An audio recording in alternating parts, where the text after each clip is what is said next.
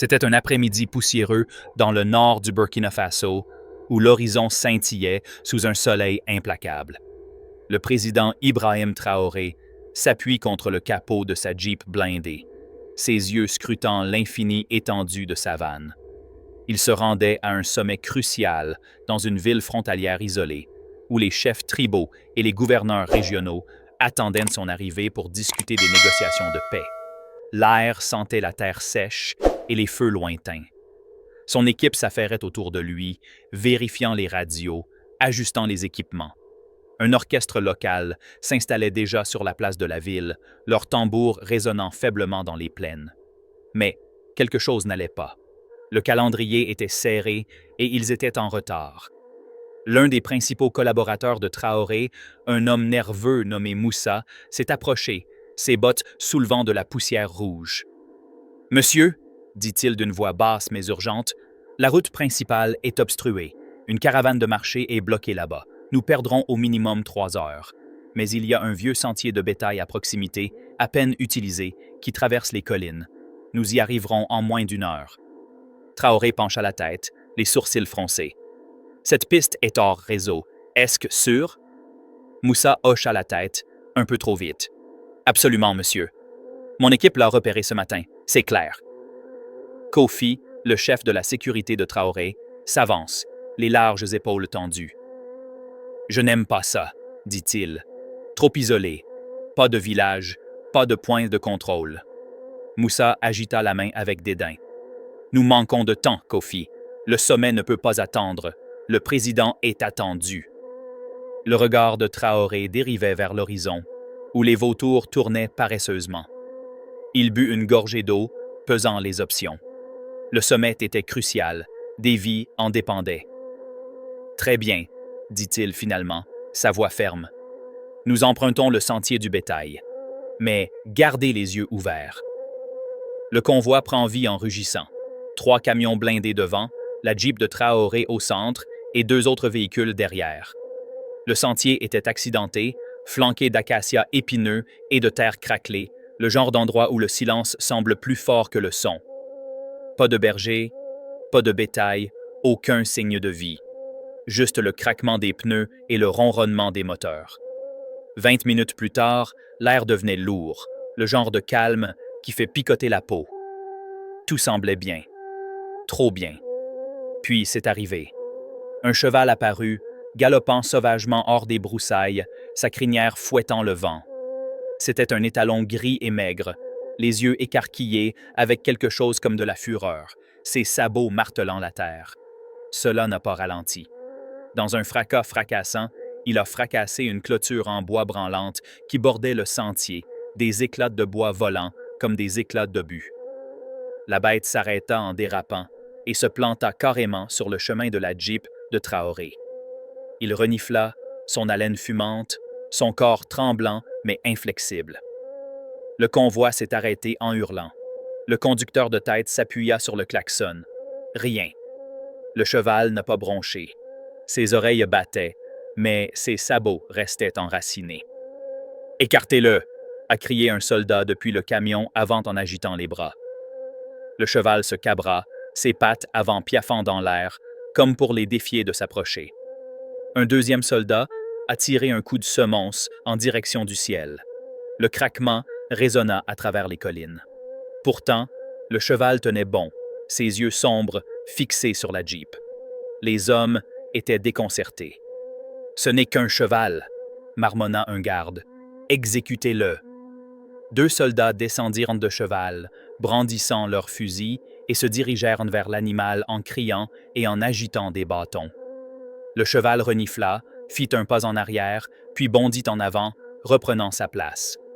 C'était un geste de défi, presque délibéré. À l'intérieur de la Jeep, Traoré regardait, ses doigts se resserrant autour de la poignée de porte. Quelque chose n'allait pas. Le cheval n'avait pas peur. Ce n'était pas un éclair. C'était debout. « Attendez », dit Traoré, sa voix coupant le bavardage. Il se pencha par la fenêtre. « Pourquoi ça ne bouge pas ?» Kofi, assis à côté de lui, secoua la tête. « Aucune idée, monsieur. Il agit étrangement. » Moussa, assis sur le siège passager avant, bougeait inconfortablement. « Contournez-le simplement, » dit-il d'un ton aigu. « Nous perdons la lumière du jour. » Le conducteur hésita, les mains suspendues au volant. Les tripes de Traoré se retournèrent. Il regarda le cheval, sa robe grise striée de sueur, ses muscles tendus. Il ne s'agissait pas seulement de bloquer le sentier, il le gardait. « Arrêtez !» ordonna Traoré, d'une voix basse mais ferme. Le conducteur s'est figé. « Envoyez quelqu'un vérifier le sol où il se trouve. » Moussa se tourna, les yeux écarquillés.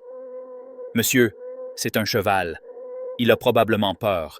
Nous n'avons pas le temps. »« J'ai dit de vérifier le sol, » a lancé Traoré, son regard ne quittant jamais l'animal. Kofi hocha la tête, faisant signe à 2 soldats. Ils s'approchèrent prudemment, leurs bottes craquant sur la terre. L'un d'eux s'est agenouillé et a scruté le sol sous les sabots du cheval. Sa main se figea.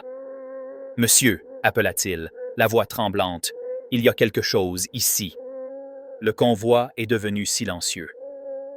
Chaque homme retenait son souffle. Le soldat a brossé la saleté, révélant un reflet métallique, un fil fin et tendu enfoui juste sous la surface. Il le traça avec ses doigts, le visage pâle. « C'est connecté, » murmura-t-il. « C'est une bombe. » Des halètements se sont propagés à travers l'équipe. Kofi sauta de la Jeep en aboyant des ordres. « Tout le monde revient! Sécurisez la zone! » Un autre soldat rejoignit le premier, creusant soigneusement autour du grillage. Leurs mains tremblèrent alors qu'ils découvraient non pas un, mais 4 engins explosifs improvisés, câblés pour exploser à l'impact.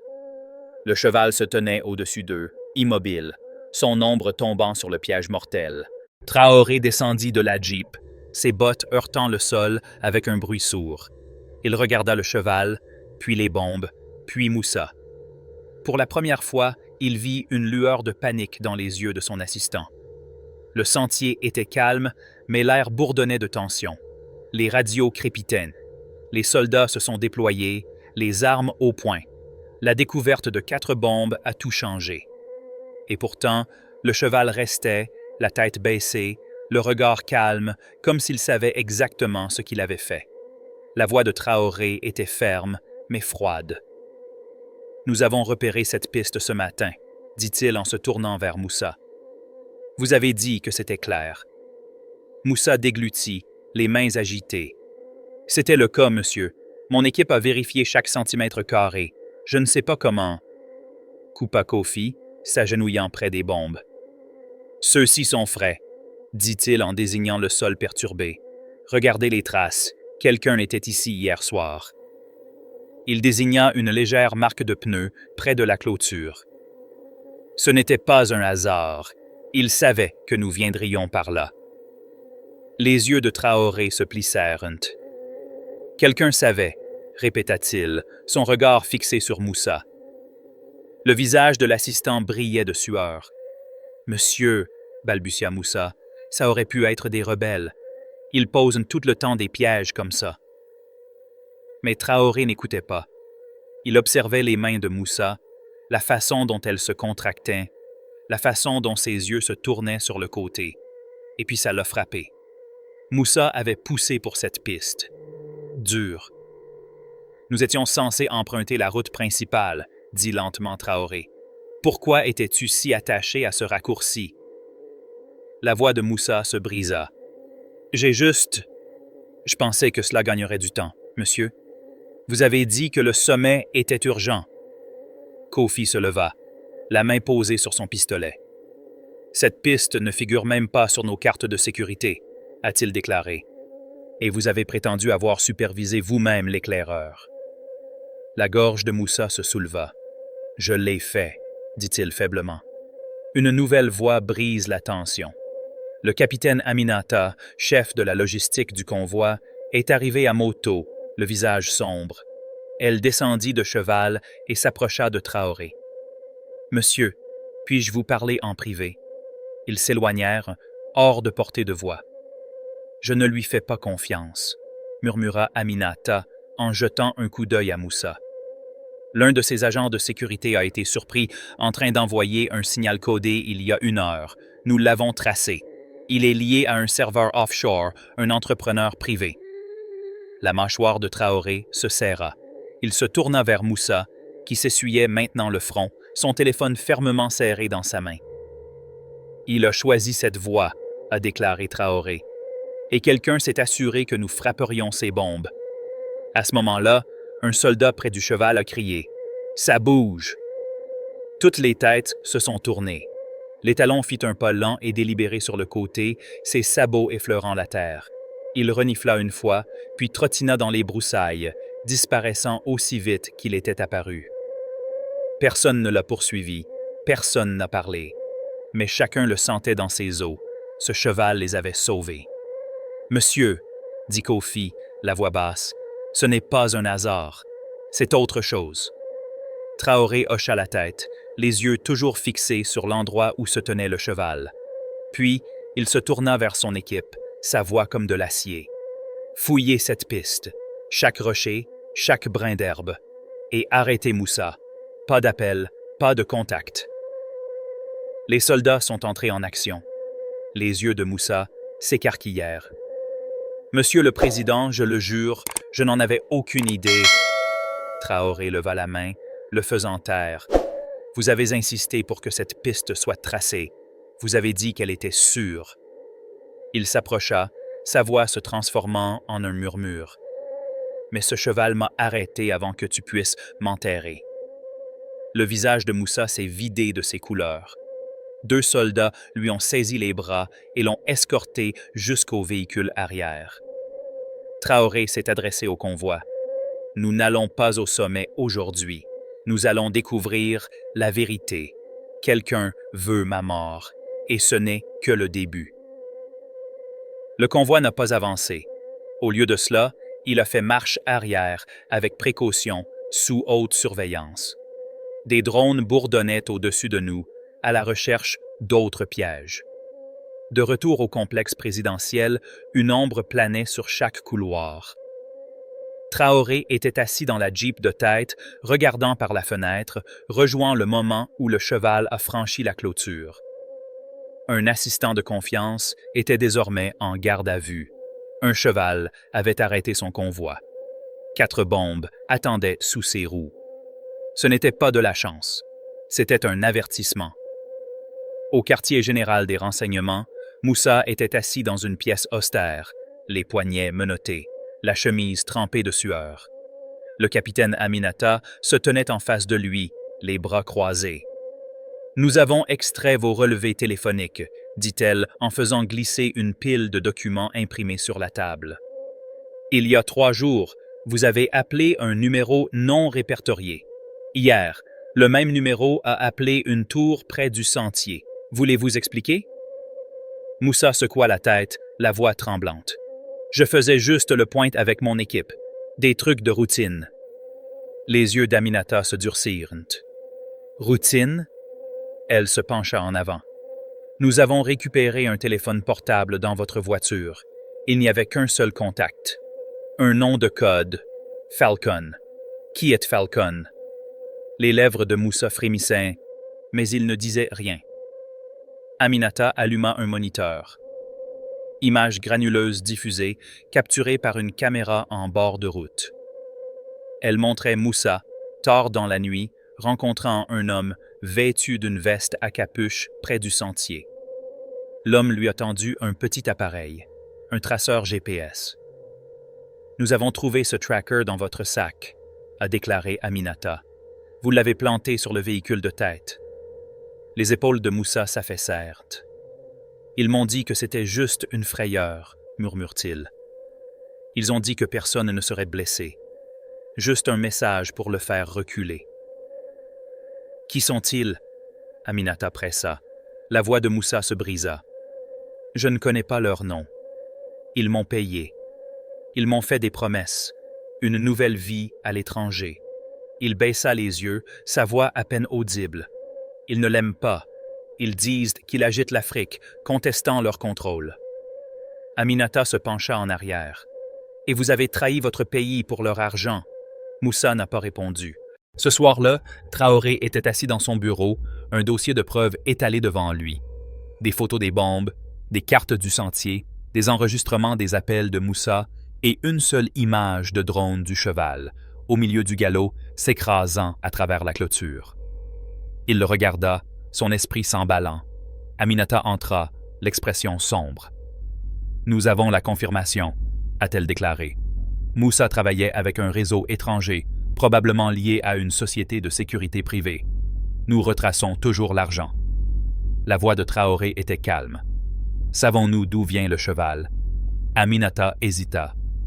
Nous avons vérifié les villages voisins. Personne ne le prétend. Cela ne correspond à aucun troupeau local. Il est juste apparu.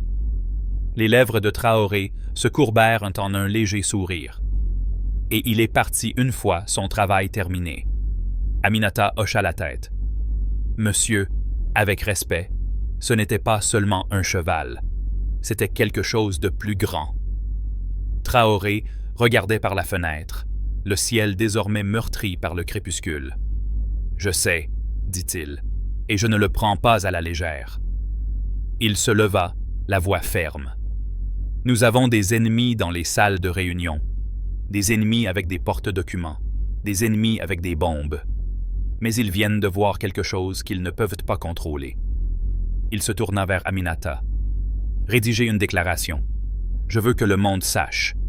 L'avenir du Burkina Faso n'est pas écrit par la peur. Il est protégé par quelque chose de plus grand, même s'il galope sur 4 pattes. » Quelques jours plus tard, l'histoire s'est répandue comme une traînée de poudre à travers le Burkina Faso. Des rumeurs ont rempli les marchés. Un cheval a-t-il vraiment stoppé une attaque contre le président? Était-ce le destin ou quelque chose de divin qui a posé les bombes? Et jusqu'où est allée la conspiration? Traoré, de retour dans la capitale, s'est déplacé tranquillement dans l'enceinte présidentielle. Il n'a fait aucune déclaration publique, aucune interview. Son silence n'était pas une faiblesse, c'était un calcul. Quelque chose le rongeait encore. Si Moussa était la taupe, qui d'autre était impliqué? Des bombes comme celle-là exigeaient de la précision, des coordonnées et du timing. Quelqu'un à l'intérieur avait nourri les plans de l'ennemi Traoré. Il a convoqué une réunion à huis clos avec Aminata, Kofi et 2 officiers supérieurs du renseignement. « Je veux que tous les appareils de cette enceinte soient balayés », a-t-il ordonné. Chaque ordinateur portable, chaque radio, chaque fichier. Il nous manque quelque chose. L'équipe a travaillé toute la nuit. À l'aube, ils ont découvert une bombe.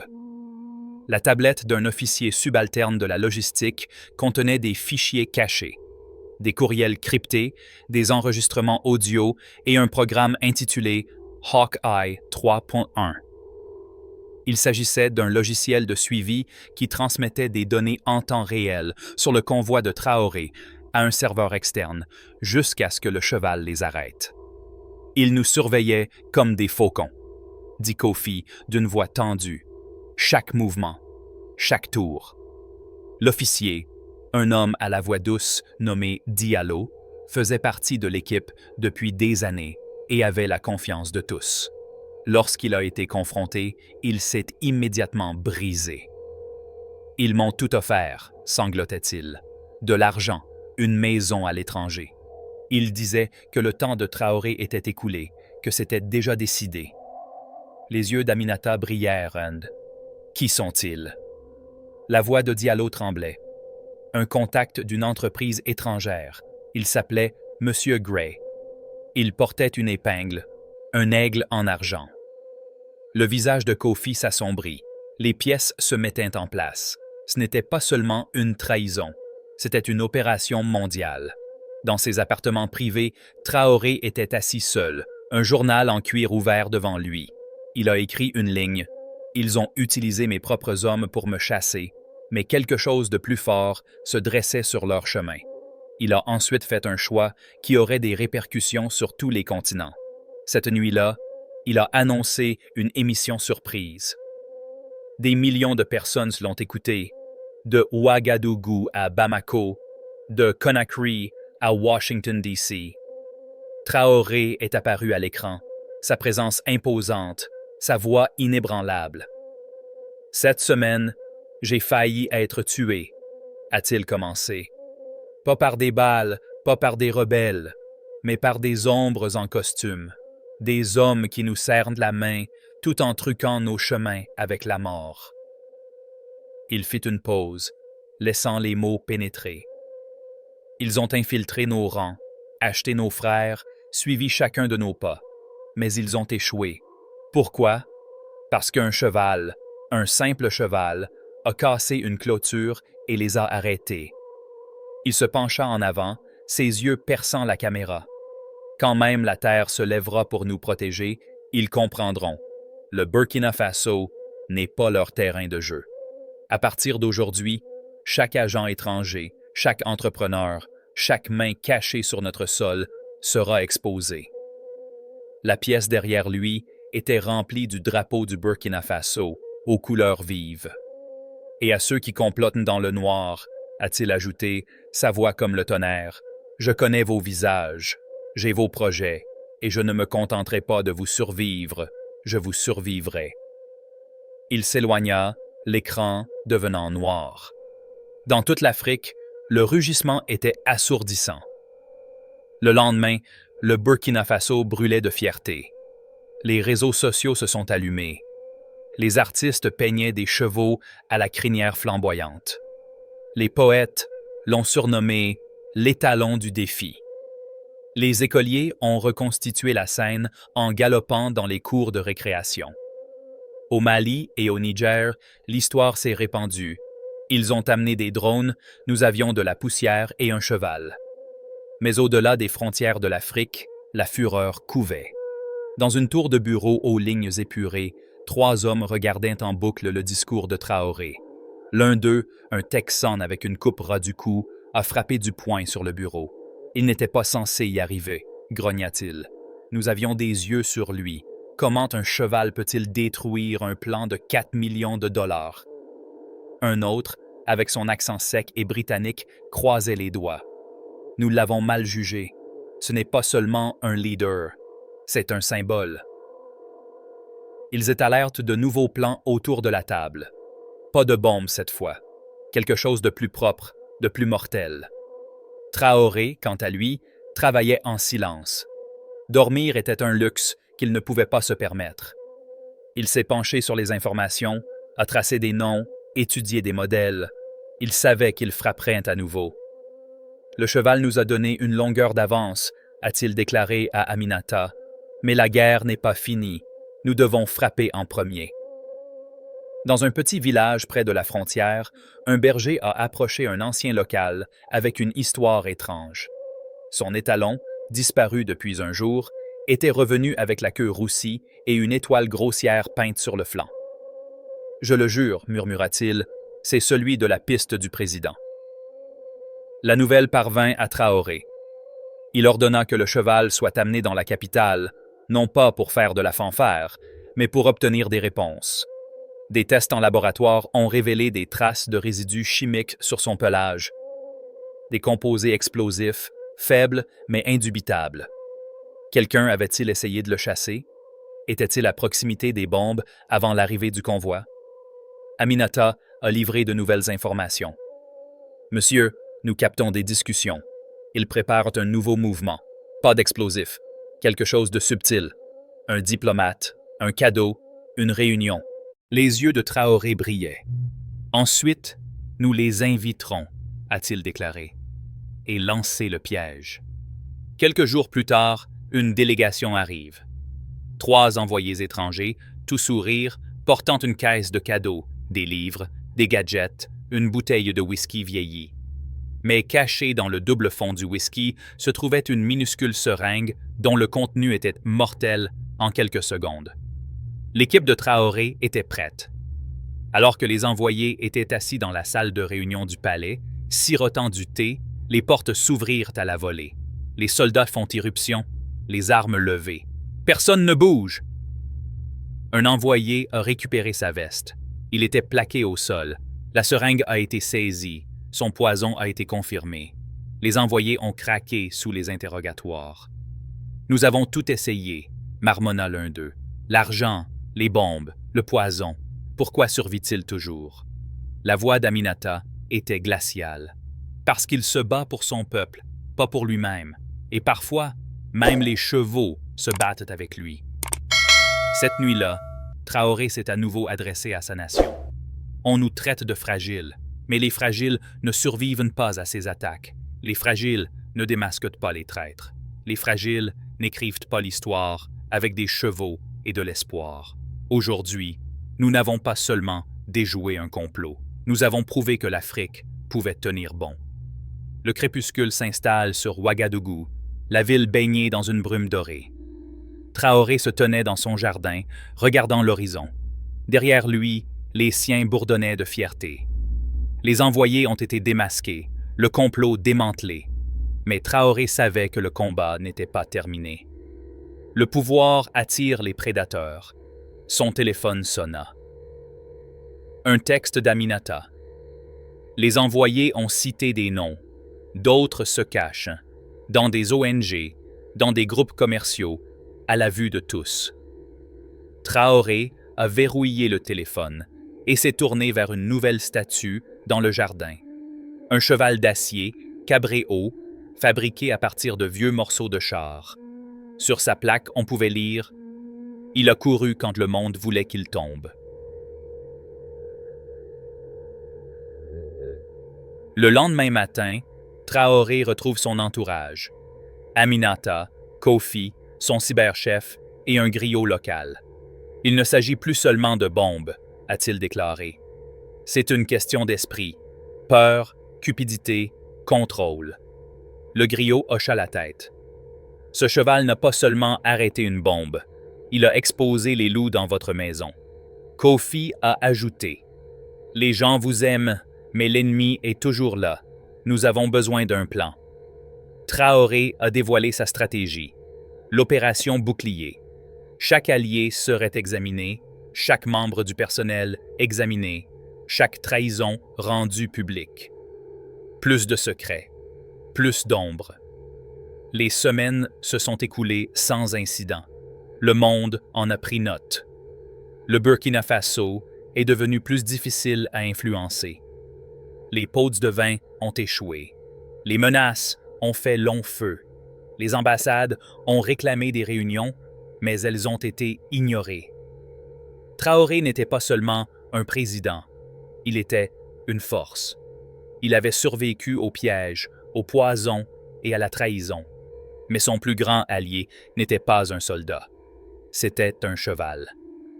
Quelques mois plus tard, lors d'une conférence régionale à Accra, un journaliste a demandé à Traoré en direct à la télévision. « Monsieur le Président, on dit qu'un cheval vous a sauvé la vie. Le croyez-vous? » La foule rit. Traoré sourit, puis se pencha vers le micro. « Oui, un cheval m'a sauvé, mais le vrai miracle est ce qu'il nous a montré. La trahison se cache profondément, mais la vérité est plus profonde. Si vous écoutez, même la terre parlera. » La salle éclata de joie. De retour au Burkina Faso, une jeune fille nommée Awa, qui avait un jour offert à Traoré un bracelet tissé, a regardé le discours depuis l'école de son village. Elle sourit. D'abord un bracelet, maintenant un cheval. Quelle est la prochaine étape? Son professeur a ri. Peut-être une chèvre. Mais dans la savane, un étalon gris paissait tranquillement, épargné par la gloire. Il ne savait pas que c'était une légende. Elle s'est simplement déroulée au bon moment, au bon endroit. Alors que le monde complotait pour renverser un homme bon, l'Afrique a tenu bon et l'a sauvé. L'histoire du cheval qui a arrêté le convoi du président Ibrahim Traoré est plus qu'une histoire de survie. C'est un puissant rappel de l'intuition, de la vigilance et des forces inattendues qui nous guident. Le cheval, un héros improbable, a résisté au danger, nous apprenant à faire confiance à notre instinct lorsque quelque chose ne va pas. Dans la vie, nous prenons souvent des décisions à la hâte, ignorant les avertissements subtils, une intuition, un détail étrange. Comme Traoré, qui s'est arrêté pour remettre en question le défi du cheval, Nous devons apprendre à écouter ces coups de coude discrets, que ce soit dans les relations, au travail ou dans les choix personnels. Ils pourraient bien nous sauver de pièges invisibles. Une autre leçon est le courage d'affronter la trahison. La découverte par Traoré de la trahison de Moussa reflète la douloureuse réalité selon laquelle la confiance peut être exploitée. Pourtant, sa réponse, calme, stratégique et résolue, nous montre comment faire face à la tromperie sans perdre notre concentration. Dans nos vies, nous pouvons être confrontés à la déloyauté, mais nous pouvons choisir d'y faire face avec clarté et force en rétablissant la confiance avec ceux qui s'alignent véritablement sur nos valeurs. Enfin, le cheval symbolise le pouvoir de l'inattendu. Les plus grands alliés de la vie, amis, opportunités ou moments de clarté, apparaissent souvent quand on s'y attend le moins.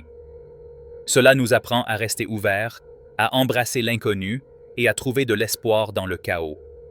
En appliquant ces leçons, en faisant confiance à notre instinct, en affrontant la trahison avec détermination et en accueillant l'inattendu, nous pouvons relever les défis de la vie avec résilience et détermination, tout comme Traoré l'a fait sur ce chemin poussiéreux.